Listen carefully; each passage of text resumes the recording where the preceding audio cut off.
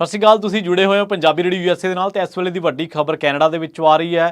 Canada ਦੇ ਵਿੱਚ police ਨੇ ਇੱਕ ਬਹੁਤ ਵੱਡਾ ਪਰਦਾਫਾਸ਼ ਕਰਦਿਆਂ 5 ਜਣਿਆਂ ਨੂੰ ਕਾਬੂ ਕੀਤਾ। ਹਜ਼ਾਰਾਂ ਦੀ ਡਰੱਗ ਮਨੀ ਇਹਨਾਂ ਤੋਂ ਬਰਾਮਦ ਕੀਤੀ ਗਈ ਹੈ। 11 ਬੰਦੂਕਾਂ ਜ਼ਬਤ ਕੀਤੀਆਂ ਗਈਆਂ ਨੇ ਤੇ ਪੁਲਿਸ ਨੇ ਇਸ ਮਾਮਲੇ ਦੇ ਵਿੱਚ ਹੋਰ ਵੀ ਬਹੁਤ ਵੱਡੇ ਇਨਕਸ਼ਾਫ ਜਿਹੜੇ ਨੇ ਕੀਤੇ ਨੇ। ਇਸ ਦੇ ਵਿੱਚ 5 ਜਿਹੜੇ ਪੰਜਾਬੀ ਆ ਉਹਨਾਂ ਨੂੰ ਗ੍ਰਿਫਤਾਰ ਕੀਤਾ ਗਿਆ। ਕਥਿਤ ਦੋਸ਼ੀ ਕਹਿ ਸਕਦੇ ਹੋ ਤੁਸੀਂ, ਜਿਨ੍ਹਾਂ ਦੇ ਉੱਤੇ ਦੋਸ਼ ਲੱਗੇ ਨੇ। 150 ਤੋਂ ਵੱਧ ਦੋਸ਼ ਇਹਨਾਂ 5 ਜਣਿਆਂ ਦੇ ਉੱਤੇ ਲੱਗਿਆ। ਪੁਲਿਸ ਨੇ ਇਸ ਮਾਮਲੇ ਬਾਰੇ ਦੱਸਿਆ ਕਿ ਇੱਕ ਟ੍ਰੈਫਿਕ ਸਟਾਪ ਦੇ ਦੌਰਾਨ ਜਿਹੜੀ ਇਨਵੈਸਟੀਗੇਸ਼ਨ ਸ਼ੁਰੂ ਹੁੰਦੀ ਹੈ, ਜਿਸ ਤੋਂ ਬਾਅਦ ਇਸ ਵੱਡੇ ਮਾਮਲੇ ਬਾਰੇ ਪੁਲਿਸ ਖੁਲਾਸਾ ਕਰਦੀ ਹੈ। CTV ਨਿਊਜ਼ ਦੀ ਰਿਪੋਰਟ ਦੇ ਵਿੱਚ ਕੋਡੀ ਵਿਲਸਨ ਦੀ ਇੱਕ ਰਿਪੋਰਟ ਹੈ, ਜਿਹਦੇ ਵਿੱਚ ਇਸ ਬ੍ਰੇਕਿੰਗ ਨਿਊਜ਼ ਬਾਰੇ ਬਹੁਤ ਤਫਸੀਲ ਦੇ ਨਾਲ ਜਿਹੜੀ ਜਾਣਕਾਰੀ ਦਿੱਤੀ ਗਈ ਹੈ। ਇਹਨਾਂ 5 ਪੰਜਾਬੀਆਂ ਜਿਨ੍ਹਾਂ ਦੇ ਉੱਤੇ ਕਥਿਤ ਤੌਰ ਤੇ ਦੋਸ਼ ਲੱਗੇ ਨੇ ਕਿ ਇਹਨਾਂ ਨੇ ਡਰੱਗ ਦੀ ਤਸਕਰੀ ਕੀਤੀ ਜਾਂ ਹਥਿਆਰਾਂ ਦੀ ਤਸਕਰੀ ਕੀਤੀ ਤੇ 150 ਤੋਂ ਵੱਧ ਦੋਸ਼ ਲੱਗੇ ਇਹਨਾਂ ਤੇ ਲੱਗੇ। ਇਹਨਾਂ ਦੇ ਵਿੱਚ 5 ਪੰਜਾਬੀਆਂ ਦੇ ਵਿੱਚ ਇੱਕ 61 ਸਾਲਾ ਬੀਬੀ ਵੀ ਜਿਹੜੀ ਆ ਉਹ ਸ਼ਾਮਲ ਹੈ। CTV ਨਿਊਜ਼ ਦੀ ਰਿਪੋਰਟ ਦੇ ਮੁਤਾਬਕ ਕਿ ਜਿਹੜੇ 150 ਦੋਸ਼ਾਂ ਦਾ ਸਾਹਮਣਾ ਕਰਨਾ ਪਊਗਾ, ਉਹਨਾਂ ਦੇ ਵਿੱਚ ਨਵਦੀਪ ਨਾਗਰਾ 20 ਸਾਲਾਂ ਦਾ, ਰਵਨੀਤ ਨਾਗਰਾ 22 ਸਾਲਾਂ ਦਾ, ਨਰਿੰਦਰ ਨਾਗਰਾ 61 ਸਾਲਾ, ਰਣਵੀਰ ਅੜੈਚ 20 ਸਾਲਾ ਤੇ ਪਵਨੀਤ ਨਾਹਲ 21 ਸਾਲਾ। ਮਤਲਬ ਜਿਹੜੇ 4 ਜਾਣੇ ਨੇ ਇਹ ਤਾਂ ਹੈਗੇ ਨੇ 20 ਸਾਲਾਂ ਦੇ 21 ਸਾਲਾਂ ਦੇ ਨੌਜਵਾਨ। ਤੇ ਜਿਹੜੀ ਨਰਿੰਦਰ ਨਾਗਰਾ ਹੈ ਉਹ 61 ਸਾਲਾਂ ਦੀ ਜਿਹੜੀ ਬੀਬੀ ਉਹ ਦੱਸੀ ਗਈ ਆ। ਟ੍ਰੈਫਿਕ ਸਟਾਪ ਤੋਂ ਬਾਅਦ ਦੱਸਿਆ ਜਾ ਰਿਹਾ ਕਿ ਇੱਕ ਪੀਲ ਪੁਲਿਸ ਨੇ ਇੱਕ ਇਨਵੈਸਟੀਗੇਸ਼ਨ ਸ਼ੁਰੂ ਕੀਤੀ, ਜਿਹਦੇ ਵਿੱਚੋਂ ਫਿਰ ਬਾਅਦ ਦੇ ਵਿੱਚ ਇਸ ਜਾਂਚ ਦੇ ਚੱਲਦਿਆਂ 11 illegal guns, tens of thousands ਜਿਹੜੇ ਡਾਲਰਸ ਨੇ ਉਹ ਲੱਗੇ, ਜਿਹੜੇ ਡਰੱਗ ਮਨੀ ਦੱਸਿਆ ਗਿਆ ਜਿਹਨੂੰ, ਜਾਂ ਡਰੱਗਸ ਦੇ ਵਿੱਚ। ਤੇ 150 ਜਿਹੜੇ ਚਾਰਜ ਆ ਇਹਨਾਂ 4 ਬੰਦਿਆਂ ਤੇ ਇੱਕ ਬੀਬੀ ਨੂੰ ਜਿਹੜੇ ਹੁਣ ਫੇਸ ਕਰਨੇ ਪੈਣਗੇ। ਬਰੈਂਪਟਨ ਦੇ ਇਹ ਰਹਿਣ ਵਾਲੇ ਨੇ।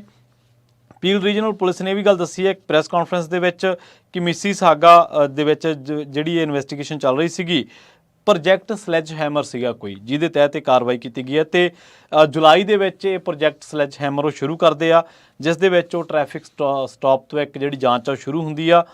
20 ਸਾਲਾ ਇੱਕ ਬੰਦਾ ਇਹਦੇ ਵਿੱਚ ਅਰੈਸਟ ਕੀਤਾ ਗਿਆ ਸੀਗਾ, ਜਿਹਦੇ ਵਿੱਚ ਦੱਸਿਆ ਗਿਆ ਸੀਗਾ ਕਿ ਉਹਨੂੰ ਪੁਲਿਸ ਨੇ ਉਸ ਤੋਂ ਬਾਅਦ ਇਸ ਮਾਮਲੇ ਦੀ ਤਹਿਕੀਕਾਤ ਕਰਦਿਆਂ ਗ੍ਰੇਟਰ ਟੋਰਾਂਟੋ ਏਰੀਆ ਦੇ ਵਿੱਚੋਂ ਇਹ ਸਾਰੇ ਜਿਹੜਾ ਗਰੋਹ ਦਾ ਉਹਦਾ ਪਰਦਾਫਾਸ਼ ਕਰਨ ਦਾ ਦਾਅਵਾ ਕੀਤਾ।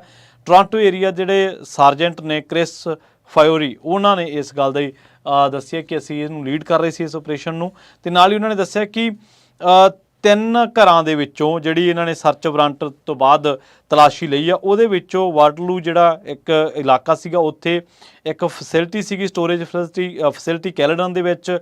ਤੇ ਇੱਥੋਂ ਇਹਨਾਂ ਨੇ 900 ਰਾਉਂਡਸ ਆਫ ਐਮੂਨੀਸ਼ਨ ਤੇ 20,000 ਜਿਹੜੀ ਆ ਉਹਦੀ ਕੋਕੀਨ, ਡਾਲਰ ਦੀ ਕੋਕੀਨ, ਤੇ ਹੋਰ ਜਿਹੜੇ 53 ਗਲੌਕਸ ਜਿਹੜਾ ਸਿਲੈਕਟਰ ਸਵਿਚਰਸ, ਹੋਰ ਬਥੇਰਾ ਕੁਝ ਜਿਹੜਾ ਹਥਿਆਰਾਂ ਦੀ ਨਾਲ ਜੁੜਿਆ ਹੋਇਆ ਉਹ ਇਹਨਾਂ ਨੇ ਬਰਾਮਦ ਕੀਤਾ।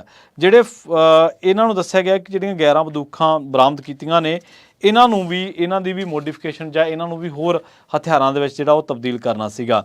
ਡਿਪਟੀ ਚੀਫ ਨਿਕ ਮਿਲਨੋਵਿਕ ਜਿਹੜੇ ਨੇ ਉਹਨਾਂ ਨੇ ਇਸ ਗੱਲ ਦੀ ਦੱਸੀ ਹੈ ਕਿ ਪੀਲ ਪੁਲਿਸ ਜਿਹੜੀ ਆ ਉਹਨੇ ਹੋਰ ਵੀ ਜਿਹੜੀਆਂ ਗਨਸ ਨੇ ਬਰਾਮਦ ਕੀਤੀਆਂ ਨੇ।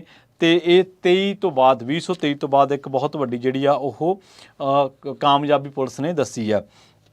ਇਹਦੇ ਨਾਲ ਜਦੋਂ ਪੁਲਿਸ ਅੱਗੇ ਜਿਹੜੀ ਗੱਲ ਕਰਦੀ ਹੈ, ਉਹਨਾਂ ਦੇ ਜਿਹੜੇ ਇੱਕ ਪੀਲ ਪੁਲਿਸ ਚੀਫ ਨੇ ਨਿਸ਼ਾਨ ਡੋਰਿਫਾ, ਉਹਨਾਂ ਨੇ ਦੱਸਿਆ ਕਿ ਇਹ ਜਿਹੜੀਆਂ ਗਨਸ ਜਿਹੜੀਆਂ ਬਰਾਮਦ ਕੀਤੀਆਂ ਗਈਆਂ ਨੇ ਇਹ US ਤੋਂ ਲਿਆਂਦੀਆਂ ਜਾਂਦੀਆਂ ਸੀਗੀਆਂ ਤੇ ਕੁਛ ਕੁ ਜਿਹੜੇ ਕ੍ਰਿਮੀਨਲ ਨੈਟਵਰਕਸ ਨੇ ਉਹਨਾਂ ਨੂੰ ਇਹ ਡਿਲੀਵਰ ਕੀਤੀਆਂ ਜਾਂਦੀਆਂ ਸੀਗੀਆਂ। ਸੋ 5 ਪੰਜਾਬੀ ਇਸ ਮਾਮਲੇ ਦੇ ਵਿੱਚ ਗ੍ਰਿਫਤਾਰ ਕੀਤੇ ਗਏ ਨੇ, ਜਿਨ੍ਹਾਂ ਦੇ ਉੱਤੇ ਹੁਣ ਇਹ ਦੋਸ਼ ਲੱਗਿਆ ਕਿ ਉਹਨਾਂ ਨੇ ਇਹ ਸਾਰੇ ਕਾਸੇ ਦੀ ਤਸਕਰੀ ਕੀਤੀ। 150 ਦੋਸ਼ ਦਾ ਇਹਨਾਂ 5 ਪੰਜਾਬੀਆਂ ਨੂੰ ਸਾਹਮਣਾ ਕਰਨਾ ਪਊਗਾ, ਜਿਹਦੇ ਵਿੱਚ 20 ਸਾਲਾਂ ਦਾ ਨਵਦੀਪ ਨਾਗਰਾ, ਰਵਨੀਤ ਨਾਗਰਾ 22 ਸਾਲਾਂ ਦਾ, ਨਰਿੰਦਰ ਨਾਗਰਾ 61 ਸਾਲਾਂ ਦੀ, ਤੇ ਰਣਵੀਰ ਅੜੈਚ 20 ਸਾਲਾਂ ਦਾ, ਤੇ ਪਵਨੀਤ ਨਾਹਲ ਜਿਹੜਾ ਉਹ 21 ਸਾਲਾਂ ਦਾ। ਇਹ ਬਰੈਂਪਟਨ ਦੇ ਸਾਰੇ ਰਹਿਣ ਵਾਲੇ ਨੇ, ਜਿਨ੍ਹਾਂ ਤੋਂ ਪੁਲਿਸ ਨੇ ਇਹ ਜਿਹੜੀ ਡਰੱਗ ਤੇ 20,000 ਡਾਲਰ ਦੀ ਜਿਹੜੀ ਡਰੱਗ ਆ ਜਾਂ 20,000 ਡਾਲਰ ਤੇ ਜਿਹੜੇ ਹੋਰ ਸਾਰਾ ਕੁਛ ਆ ਉਹ ਬਰਾਮਦ ਕੀਤੇ ਨੇ। ਪੁਲਿਸ ਨੇ ਇਹ ਵੀ ਦੱਸਿਆ ਕਿ ਜਿਹੜੇ ਵੈਪਨ ਇਹਨਾਂ ਤੋਂ ਬਰਾਮਦ ਕੀਤੇ ਗਏ ਨੇ, ਉਹਨਾਂ ਦੇ ਵਿੱਚ ਜਿਹੜੇ ਕੁਛ US ਤੋਂ ਮੰਗਵਾਏ ਗਏ ਸੀਗੇ ਤੇ ਕੁਛ ਕੈਨੇਡਾ ਦੇ ਵਿੱਚ ਜਿਹੜੇ ਇਹਨਾਂ ਨੇ ਬਣਾਏ ਸੀਗੇ। ਇੱਕ ਟ੍ਰੈਫਿਕ ਸਟਾਪ ਤੋਂ ਇਹ ਜਾਂਚ ਸ਼ੁਰੂ ਹੁੰਦੀ ਹੈ, ਜਿੱਥੇ ਪੁਲਿਸ ਜਿਹੜੀ ਇੱਕ 20 ਸਾਲਾਂ ਦੇ ਬੰਦੇ ਇਹਨਾਂ ਦੇ ਵਿੱਚੋਂ ਕਿਹੜਾ ਸੀਗਾ ਉਹ ਨਹੀਂ ਦੱਸਿਆ ਗਿਆ, ਜੁਲਾਈ ਮਹੀਨੇ ਦੇ ਵਿੱਚ। ਤੇ ਉਸ ਤੋਂ ਬਾਅਦ ਪੁਲਿਸ ਜਿਹੜੀ ਆ ਉਹ ਇੱਕ ਪ੍ਰੋਜੈਕਟ ਸਲੈਜ ਹੈਮਰ ਦੀ ਸ਼ੁਰੂਆਤ ਕਰਦੀ ਆ, ਉਹਦੇ ਦਰਮਿਆਨ ਜਾਂਚ ਕਰਦੀ ਹੈ ਤੇ ਫਿਰ ਬਰੈਂਪਟਨ ਦੇ ਵਿੱਚ ਰਹਿਣ ਵਾਲੇ ਇਹਨਾਂ 5 ਪੰਜਾਬੀਆਂ ਨੂੰ ਪੁਲਿਸ ਦਬੋਚ ਲੈਂਦੀ ਆ। ਇਹਨਾਂ ਦੇ ਦੋਸ਼ ਲੱਗਦੇ ਨੇ ਕਥਿਤ ਤੌਰ ਤੇ ਕਿ ਇਹਨਾਂ ਦੇ ਵੱਖ-ਵੱਖ ਗੈਰ ਕਾਨੂੰਨੀ ਕੰਮਾਂ ਦੇ ਨਾਲ ਜਿਹੜੇ ਗਲਤਾਨ ਸੀਗੇ ਤੇ ਇਹਨਾਂ ਦੇ ਉੱਤੇ 150 ਦੋਸ਼ ਜਿਹੜੇ ਕਿ ਹੁਣ ਤੱਕ ਦੇ ਰਿਕਾਰਡ ਜਿੰਨੇ ਦੋਸ਼ ਲੱਗਦੇ ਰਹੇ ਨੇ ਉਹਨਾਂ ਦੇ ਵਿੱਚੋਂ ਇੱਕ ਕਹੇ ਜਾ ਸਕਦੇ ਨੇ।